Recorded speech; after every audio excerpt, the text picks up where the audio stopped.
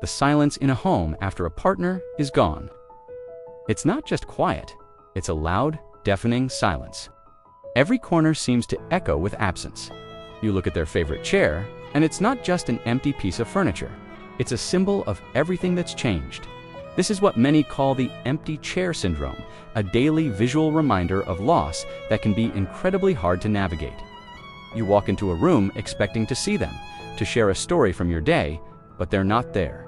This feeling, this void, is a profound part of the grieving process, and it's something many of us face, but few of us are prepared for.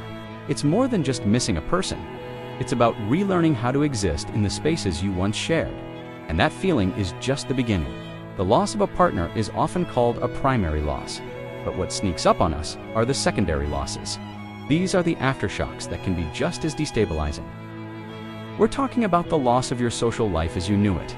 Suddenly, you're a single person in a world built for couples. Invitations to dinner parties might dwindle. Friends with the best of intentions don't know what to say, so sometimes they say nothing at all. Then there's the financial impact. Did you know that many widows and widowers experience a staggering 60 to 70% drop in their household income? This isn't just about numbers on a spreadsheet. It's about your sense of security, your plans for the future, everything feeling like it's on shaky ground. And perhaps one of the deepest cuts is the loss of identity. You were part of a we. You were a husband, a wife, a partner now. Who are you? I remember a man named Jim. He and his wife had run a small bakery together for 40 years. When she passed, he didn't just lose his partner. He lost his co-baker, his business manager, his creative muse. The bakery, once a source of joy, became a place of painful memories. He lost his social hub, and in his own words, he lost Jim, the baker. He felt like a ghost in his own life. This is the reality of secondary loss. It's complex, it's layered, and it's completely valid to feel overwhelmed by it all. Let's talk about what I call the financial fog. Right after a loss, your brain is in survival mode. It's not wired for complex long-term decisions. This is why so many people fall into what I term the S68 trap. That's shorthand for making a sudden, significant decision in the first 6 to 8 months. Selling the house, quitting a job, making a huge investment. It's a common urge to want to do something, to change the circumstances that are causing so much pain. But here's a crucial piece of advice, echoed by grief counselors everywhere. The 6-month no big decisions rule. For at least the first 6 months, try your best not to make any life-altering financial or personal choices. Don't sell the family home. Don't liquidate investments. Don't move across the country. Your mind needs time to clear. Give yourself the grace of time to let the initial fog lift before you try to navigate a new financial landscape. It's not about inaction, it's about intentional patience. Now, what about that vanishing social circle? It's one of the most painful secondary losses. You feel like you're losing your friends right when you need them most. Why does this happen?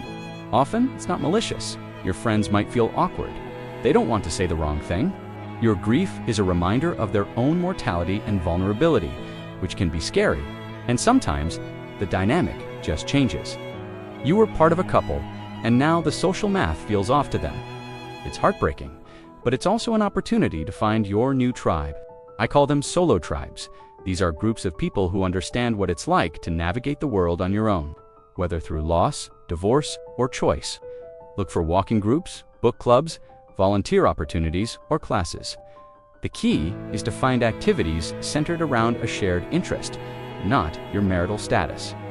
It shifts the focus from what you've lost to who you are now, connecting you with people who see you for you, not as one half of a former pair. This leads directly to the identity crisis. For years, maybe decades, a huge part of your identity was partner. Your routines, your future plans, even your daily thoughts were intertwined with another person. When they're gone, the question, "Who am I now?" can be terrifying. A lot of people find themselves experiencing what they think is freedom, but it's what I call freedom from caregiving, freedom from certain responsibilities. But that's a hollow kind of freedom. The real goal is to find freedom too. Freedom to explore a new hobby. Freedom to travel to a place you've always wanted to see. Freedom to rediscover the person you were before you were a we. It's not about erasing your past, but about adding new chapters to your story. This shift from to is a powerful pivot. It turns a void into a space of possibility. It's about consciously deciding what you want to build in this new, open landscape of your life. And then there's the question of dating and relationships. People will ask, your own mind will wonder, should I be dating? Is it too soon? Will I be alone forever? Here's the truth, there is no timeline. Anyone who tells you there is one is wrong. For some, the thought of dating again is impossible. For others, the desire for companionship returns sooner. Neither is right or wrong. The most important relationship to cultivate right now is the one with yourself. It's about finding peace in your own solitude. Can you enjoy a meal alone? Can you take yourself to a movie? Can you sit in that quiet house and feel not a deafening silence, but a peaceful one? Finding contentment in your own company is the foundation upon which any future healthy relationship can be built. It's not about resigning yourself to being alone. It's about becoming whole on your own, so that if you do choose to partner again, it's from a place of strength, not need. So how do we start putting these pieces back together? I want to give you 2 practical exercises you can do starting today. The first is called the Inventory of Me. Grab a notebook. On one side of the page, write down all the roles and identities you had as part of a couple: partner, co-planner, travel companion, caregiver. Be honest about what you miss. On the other side of the page, I want you to start a new list. A list of your individual interests, passions, and curiosities. Things you loved before you were a couple, or things you've always wanted to try. Maybe it's gardening, learning guitar, or studying history. This isn't about replacing your partner. It's about reconnecting with yourself. The second exercise is the social audit. Look at your current social circle. Who energizes you? Who leaves you feeling drained or misunderstood? Be honest. It's okay to gently pull back from relationships that are no longer supportive.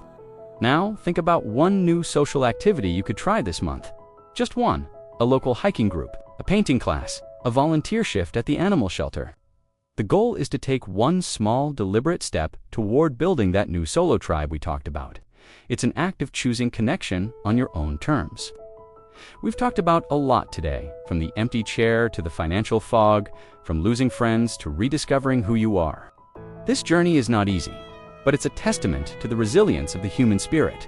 It's a path that many of us in the modern elder community are walking in our own ways.